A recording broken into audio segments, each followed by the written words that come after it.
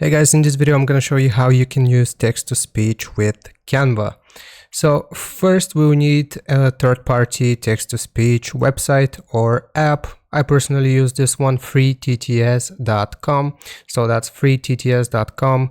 Here you have to write your text and you have a selection of different people that you can use to say this out loud. So you can preview the different people by pressing on the play button. So like so, if we just listen to this person. Thank you for using free TTS. We can also do a female voice. Thank you for using free TTS. Sign up with our monthly subscription to get 1 million characters.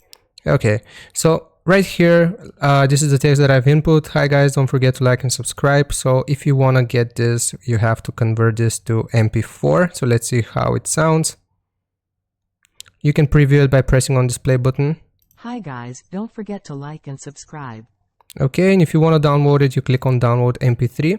So it's going to download in your downloads folder. And basically, if we want to use this with Canva, we're going to go back to Canva. We are going to go to uploads from the left-hand side. And right here, we're going to select upload files.